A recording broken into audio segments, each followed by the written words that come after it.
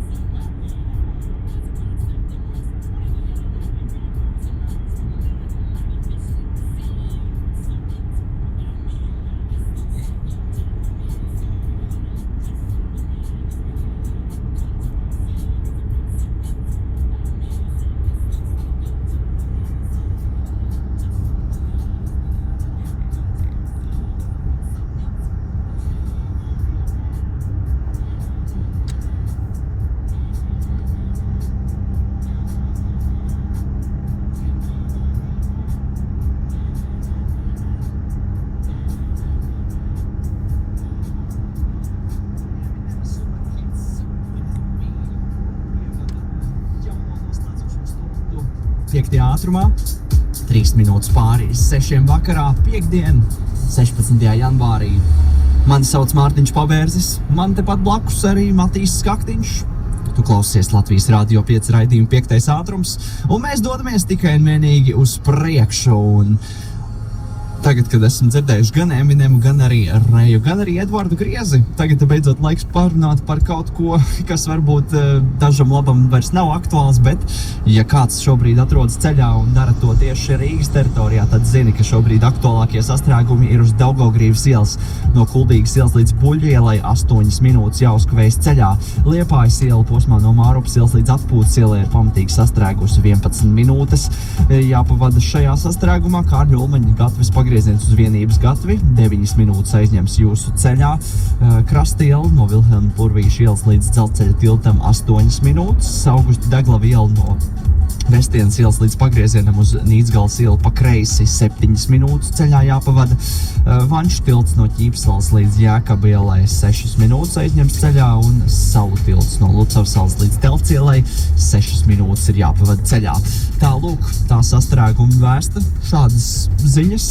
Tā kā braucam prātīgi, cenšamies nokļūt visur maksimāli ātri un cenšamies apbraukt sastrēgumus, bet ja nu gadās kaut kur arī, kā saka, iebersties, tad cenšamies neķert kreņķi un izbaudīt mūziku, kas šeit skan.